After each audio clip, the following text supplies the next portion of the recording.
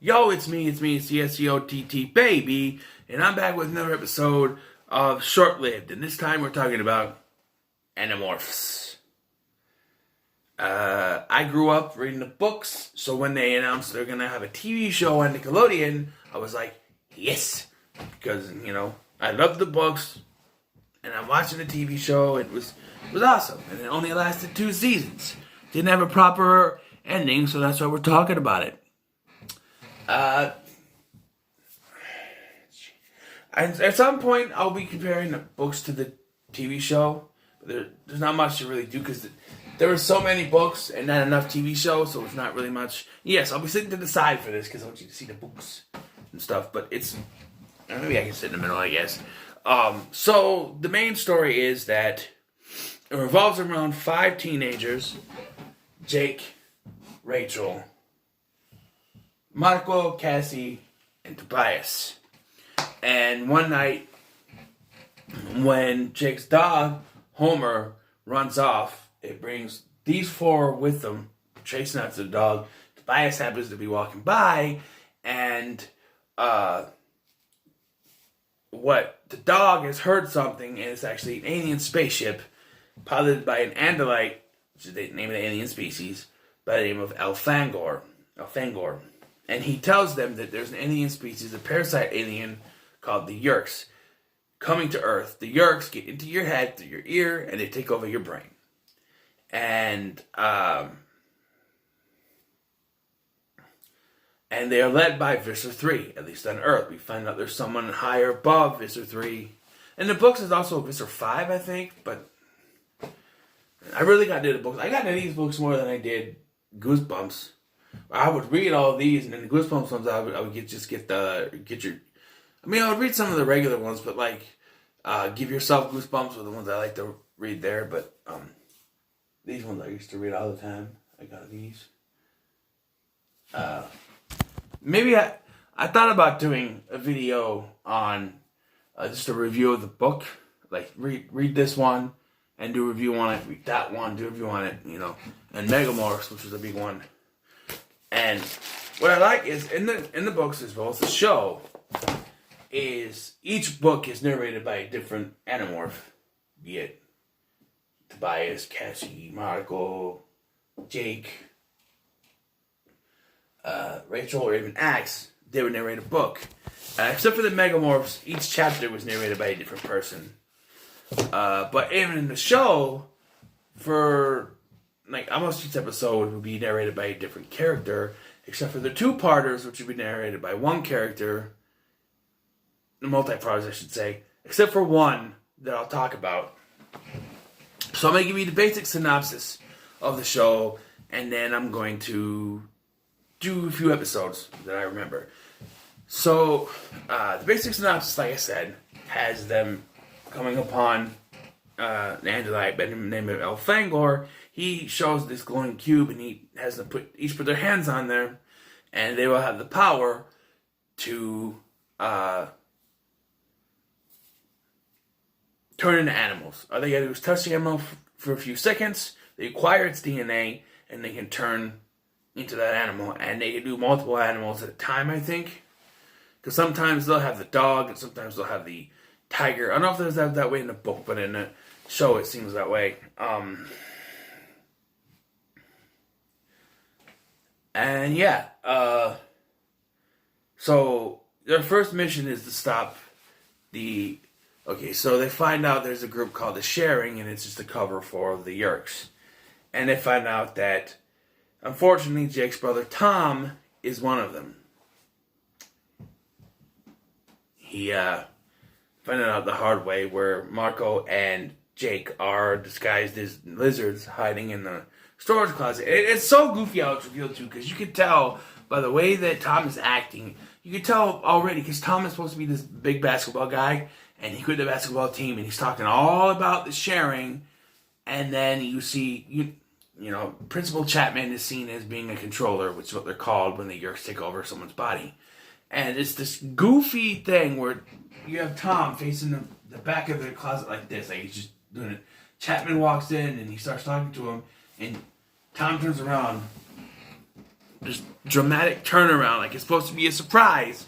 And it is to Jake, because Marco notices at first he's messed with his ear like Chapman was, and he tells him, your brother's an actor strange. He's like, not my brother, not Tom, he's too smart. Well, I guess not. And that's from the book as well. And, one of the 2-part episodes I'm going to talk about will give a little more insight to that. The process of what it's like with the Yeerk being in your head. So, yeah, and this leads to a plot point from the books as well. They, try to stop the Yeerks from taking over the school, and in the process, Tobias, who takes the form of a hawk, is like their first morphs are all Jake's is a dog, Marco is a rat, Cassie's a horse, and Rachel's is a cat. And of course, Tobias is a hawk. Later, they have better morphs, which Jake has the white Bengal tiger, Rachel is a lion, Marco has the dog, wolf, I think it is, and Cassie is was it a bear or something? And she just did something. But eventually, there's an alligator episode. And well, I'll get to the alligator episode in a minute. Tobias, you have to, I think it's 3 hours, I didn't look it up. I should have looked it up before I had to restart the video, but, I think you have 3 hours, and if you stay in your morph for more than 3 hours, you're stuck. And Tobias gets stuck down in the Yeerk pool area. He eventually gets out, but he gets stuck. And he's stuck as a hawk. And that's in the book as well. And that's why he's one of the most sympathetic characters, is he's in love with Rachel, but he can't do anything because he's a bird. Now, let's talk about the alligator episode, alright? Because that's the basic synopsis, is they're fighting off the Yeerks. Vista 3 is taking over the character of Victor Trent, and it's his human form, and they have to stop the Yeerks. Basic synopsis. And Tobias is stuck with a hawk. So one of the episodes has to do with, and it's a thought, like, what if you take the form of an animal you're allergic to? And that's Cassie. She takes the form of an alligator, but because she's allergic to it, she can't control the changing. It goes in and out. She keeps changing in and out. It's an interesting concept. Also an interesting concept is a 2-parter that concerns Jake. It's called The Capture. Alright? And it's an episode where Jake finds out that his dad is actually working with Mr. 3. His dad doesn't know anything about it, which I'll get into. And his dad basically opened up this hospital. It's a spa-type hospital thing. And the governor is coming there. And it's all a setup to get the governor as a Yeerk. Because the governor's going to run for president. So if the governor wins, then they got a Yeerk in the White House. You know what I mean? And so the team goes to investigate, and they find there's a Yeerk pool in that spa thing. But the thing is, they look at the cameras, and or not cameras, but Jake is watching. And it's very apparent that they're hiding things from Jake's dad. Well, why don't they just take him? Why don't they just put a Yeerk in his ear? Why don't they just do that? It's shown that they could do that whenever they need someone to be on their side. Like in the finale, which I won't get into here. I'm going to do it separate, but I think I mentioned it's going to be in my Nickelodeon movies thing. But in that episode, Mr. 3 takes control of 2 of the technicians by just putting Yeerks in their ears. Why didn't they just do it here? They already got Tom. They got 2 in that household, and they keep telling Tom to have Jake go to the sharing, but it's never really pushed that far. But this episode, while trying to, stop what's going on, Jake falls in the Yeerk pool. And he gets infected. And what I like about this episode, like I said, each episode is narrated by a different person, except for the multi-parters. So except for this one, the first episode is narrated by Jake, the second episode by Axe, because it's from Axe's point of view, because Jake starts acting weird, and he starts to realize he can sense it. There's something not right with Jake. And Jake is in fact infected, and what you actually see is inside Jake's head. The fight he goes through to stop the Yeerk from taking over completely, because it's not completely in there, and eventually Jake is able to fight it, and the Yeerk gets out. But it's an idea. Speaking of fighting, there's an episode, and it's actually based on this book, where there's a man that wanders into a diner or something, yelling about there's someone, there are aliens trying to take over your mind and everything, and it actually boils down to a special brand of oatmeal, a certain brand of oatmeal that stops the effects of the Yeerk taking over your head. It messes with it, and that's just an episode. They don't go anywhere with it. I think they destroy the oatmeal or something. I don't know, but the reason I want to talk about this is the guy in this, the guy that's streaming about being affected, was actually in an episode of Are You Afraid of the Dark? He was the guy who gave Finch the camera, and then he was in Goosebumps, and he was Spider in the guy with the camera in Say Cheese or Die. Yeah, pretty cool to see that guy. Mr. Calhoun was his name in Are You Afraid of the Dark? But yeah, it's cool to see that guy. I like him popping up. He's kind of a cool actor. But yeah, that episode is one of the ones you want to mark down. And the episode they find Axe, actually, is what I want to talk about. I should have thought of that first. Axe is one of the Neanderthals, and he's... happens when you have to repeat stuff and when you get to something. I already mentioned Axe before I even said who Axe was. Axe is an alien, another Andalite. He's Elfangor's cousin, or brother, whatever. And he crash lands on Earth. He almost gets tricked by Visser 3, who also has is an Andalite host. And he's able to turn into whatever. That's why I should have mentioned that before. So what happens when you have to redo videos? Just saying. And Axe, he touches each one of them to have a new form, which is actually Paulo Costanzo. I forgot to mention this. The actors that play the characters, alright? Tobias is played by Christopher Ralph.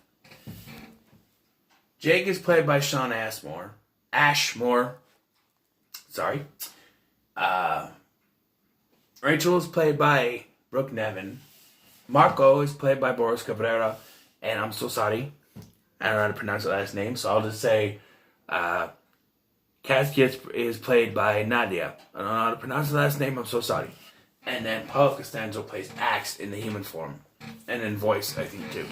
But, yeah, and it's cool to see him try to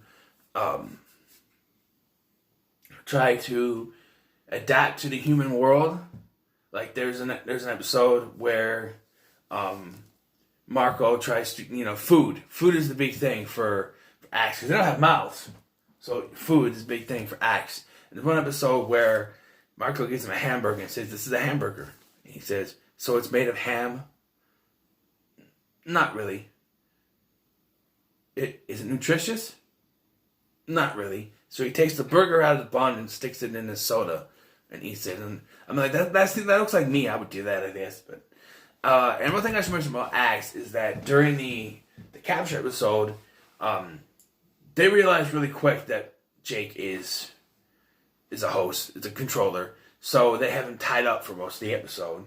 And so Axe has to then take Jake's form and have dinner with his family, and Marco is there. And I gotta, the way that Paulo Costanzo portrays Axe, my God, Sean Ashmore in that scene portraying Axe, he was very good. He had a different kind of look on his face, like he was actually Axe, and they didn't even,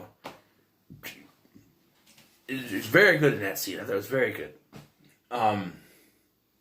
So, what else? There's an episode called The Leader, where Jake and Marco accidentally get shoved in a spaceship and go up to the Yeerk mothership, and they meet Visser 1. And I should mention that going through these episodes, there is, it's known in the books and stuff that Marco's mom passed away when he was younger. And he's had to deal with that. And somehow, I don't know if it was recent. I don't know if it's when he was really young. I don't know. But somehow his mom is Visser 1. Which I don't know if they ever explain. Like, they didn't... I don't know about the show. I know they don't. But I don't know about the books. If they do or not. But there's just...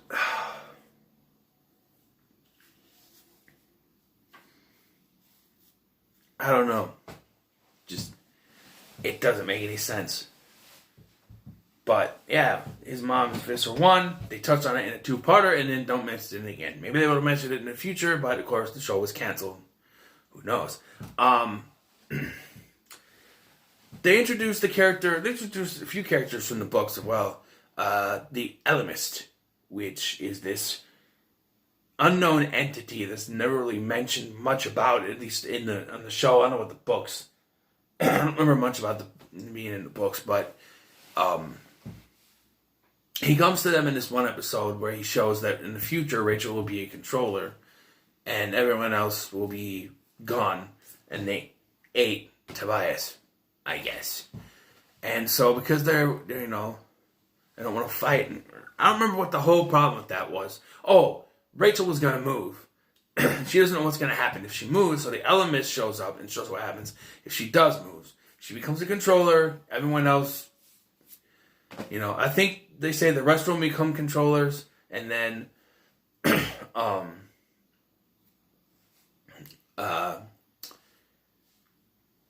they eat Tobias, I guess. There's another episode in which the Elemist shows up. Jake's had enough with fighting and wants to quit, so he takes him to a world where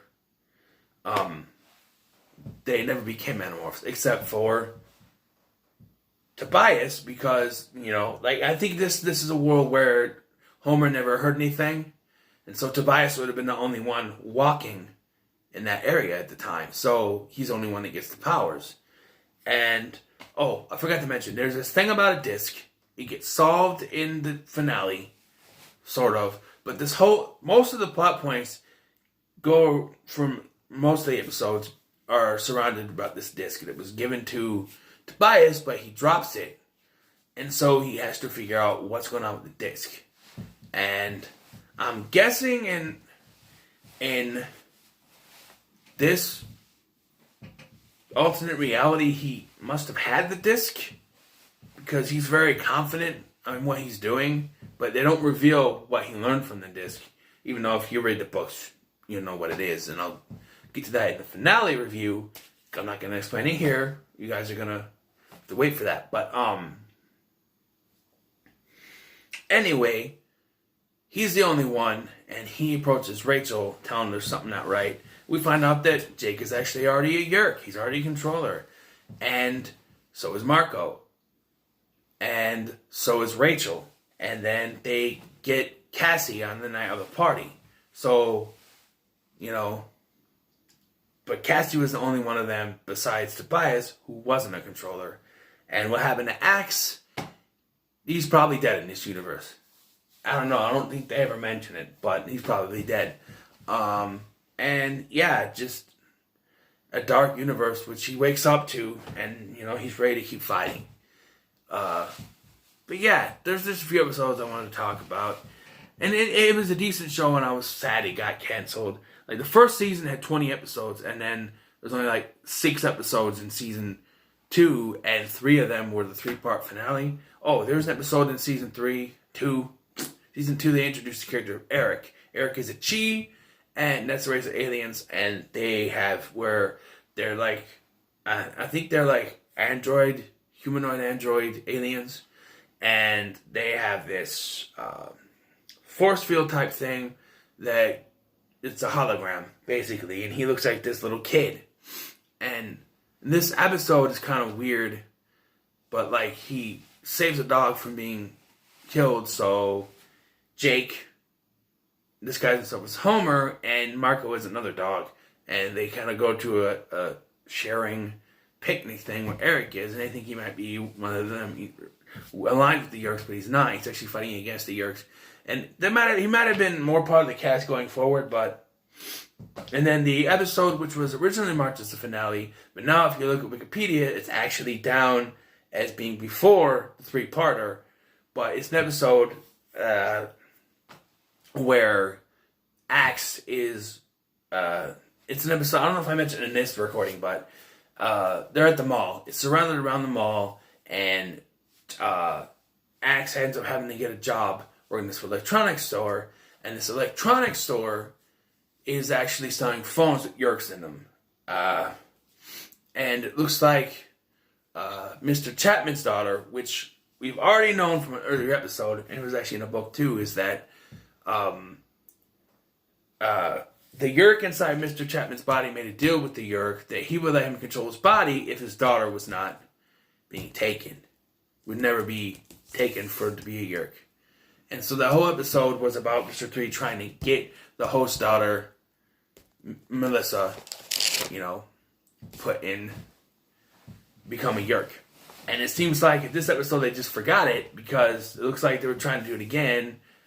Like Tom is supposedly dating her or something, but they know Tom's a yerk and they don't want her to become a yerk, and they try to save the day and stuff. I think it works. But yeah, overall, this show was pretty good. I was mad when it stopped airing new episodes on Nickelodeon. It's one of my favorite shows on Nickelodeon, and even though it only lasts 2 seasons, there's no ending, I really enjoyed it. And I started watching this yesterday, and I binged like all 26 episodes within. I fell asleep last night, but all 26 episodes, and yeah, it's not hard to watch all 26. It's pretty good, and I think I'm gonna end up doing reviews of the books that I have, just because I kind of want to get to read them again. Maybe we'll see. I'm not into reading, but we'll see. We'll see. But yeah, and I'll do my own separate review for the finale, or it's called Changes. Oh, one thing I want to mention. There is an episode where Tobias does get the power to change again. In the book, it was the elements who gave him the powers to change again. But in the episode, if I remember correctly, it's just a machine that he and Axe are reliving their memories, and he's able to take form of his human form and change back and forth into that. So, I don't know. But then if he stays in his human form over 3 hours, he has to be stuck as a human. But here's the thing. In the books, it was a little different, but they never, at least as far as I read, they never changed that. Like, he was always Hawk first, and then human second. Even though there's a story in which they meet another human named David, who's actually a controller, and he's working with the Yerks. He's not a controller. He's a human worker with the Yerks, something like that. A human sympathizer, something like that. And he finds the actual change cube, and he's able to turn into animals and stuff. And I think they still keep it in their possession, but they never use it for Tobias to be human fully again. And you gotta wonder about Tobias' aunt, who he was living with. How she worried about him or anything. I think in the book they explain it more, but in the TV show they don't go into any lengths. But yeah, this show was pretty good. I'm gonna give it an A, because I really enjoy the show, even though it didn't last that long. I'm gonna give it an A. I really enjoy it. So what are your thoughts on Animorphs? Leave in the comments below. Like, share, and subscribe. I'll see you in the next one.